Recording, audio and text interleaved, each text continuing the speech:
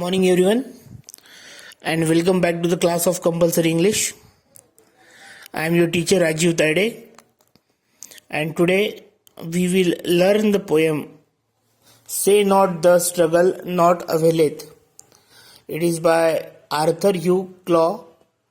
Very beautiful poem, and I will read out the text and I will explain it in Marathi language. I will explain it in English also. I hope you will understand. So, Say Not the Struggle Not Availeth. It is a poem by Arthur Hugh Claw. It is very beautiful, inspirational poem. Now I will read the text. Say not the struggle not availeth. The labor and the wounds are vain. The enemy's faints not nor faileth, and as things have been, they remain. In the first stanza, the poet says that all struggle bear fruit. लेखकाचं या पहिल्या कडव्यामध्ये असं म्हणणं आहे की प्रत्येकच यशाला काही ना काही आपल्याला त्यामधून फळ मिळतंच. काही ना काही का असेना त्याला त्या झाडाला फळ येतच, प्रयत्नांच्या झाडांना फळ येतच.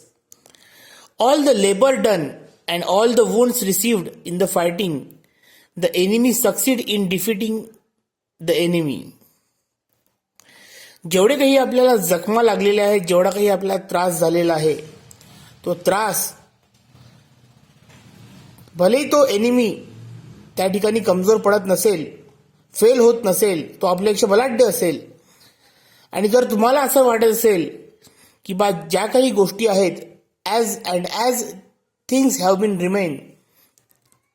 दे रिमेन, ज्या गोष्टी जशा आहेत घडत आहेत, आपण हरत आहोत, आपला एनिमी स्ट्रॉंग आहे, तसंच राहणार आहे, असं पूर्ण काळ कधी कुठलीच गोष्ट राहत नाही जर तुम्ही प्रयत्न करत राहिलात तर. अशा या पहिल्या 4 ओळींचा अर्थ. दुसरं कडवं पहा. If hope were dupes, fears may be liars, it may be in yon smoke concealed, your comrades chase them now the flyers, and but for you possess the field. In the second stanza, the poet appeals the reader to believe in hope and ignore years as they are liars. कवी काय म्हणतो, तुम्ही म्हणते जेव्हा या दुसऱ्या कडव्यामध्ये जेव्हा तुम्हाला असं निराशा आली असेल तेव्हा त्या निराशेकडे दुर्लक्ष करा, कारण भीती ही नेहमी खोटारडी असते.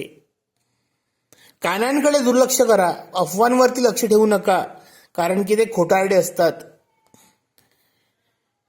The poet says that in the battlefield of life which is hazy with smoke, in that smoke hidden from the eye our comrades might be fighting for us. So keep on fighting your enemies. तुमचं जे आयुष्य आहे त्या आयुष्यामध्ये कदाचित धुकं पसरलेलं असेल, दूर असेल, समोर काय घडत आहे दिसत नाही, तुम्हाला असं वाटत असेल की तुम्ही हरून राहिले, परंतु त्या क्षणी सुद्धा तुम्ही हा विचार करा, कदाचित आपले सहकारी जे आहेत ते आपल्यासाठी लढत असतील. Your comrades may chase them now the flyers, तुमचा झेंडा घेऊन ते अजूनही लढत असतील. And for you possess the field, म्हणून तुमची जबाबदारी आहे की तुम्ही सुद्धा त्या युद्धभूमीवर खिळून त्या ठिकाणी लढा देणे. थर्ड स्टँजा बघा. For while the tired waves vainly breaking, seem here no painful inch to gain, far back through creeks and inlets making, comes silent flooding in the main. In the third stanza, the poet says, we should fight like the sea waves that are initially appear to be striking against the rocky coast vainly. आपण त्या समुद्राच्या लाटांसारखं आपण fight करायला पाहिजे. त्या आपल्याला थकलेल्या दिसतील, परंतु परत परत त्या किनाऱ्यावरती असलेल्या खडकांवर त्या आदळत राहतात, त्या मारा करत राहतात.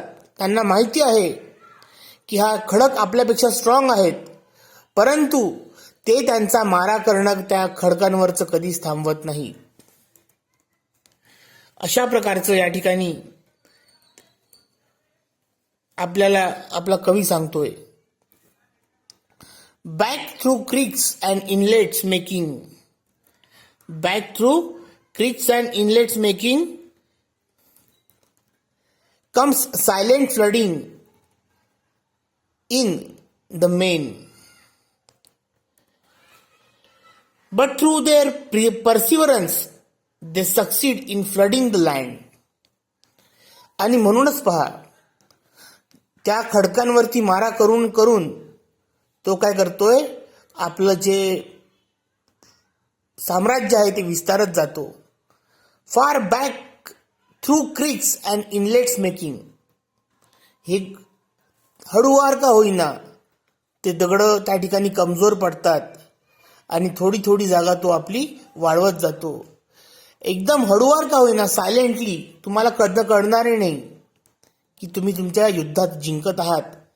तशा पद्धतीने तो समुद्र सुद्धा हळूहळू विस्तारत असतो आणि कधी कधी त्यांच्यामध्ये फ्लड येऊन, पूर येऊन तो त्या ठिकाणी आपलं साम्राज्य विस्तारित करतो. जेव्हा मेन वेळ येते, जेव्हा काळ येतो आपला, तेव्हा आपल्याला विस्तारायचा चान्स नक्की मिळतो. त्यामुळे प्रयत्न सोडायचेच नसतात. And not by eastern window only, when daylight comes in the light, in front of the sun climbs slow. How slowly, but westward look, the land is bright.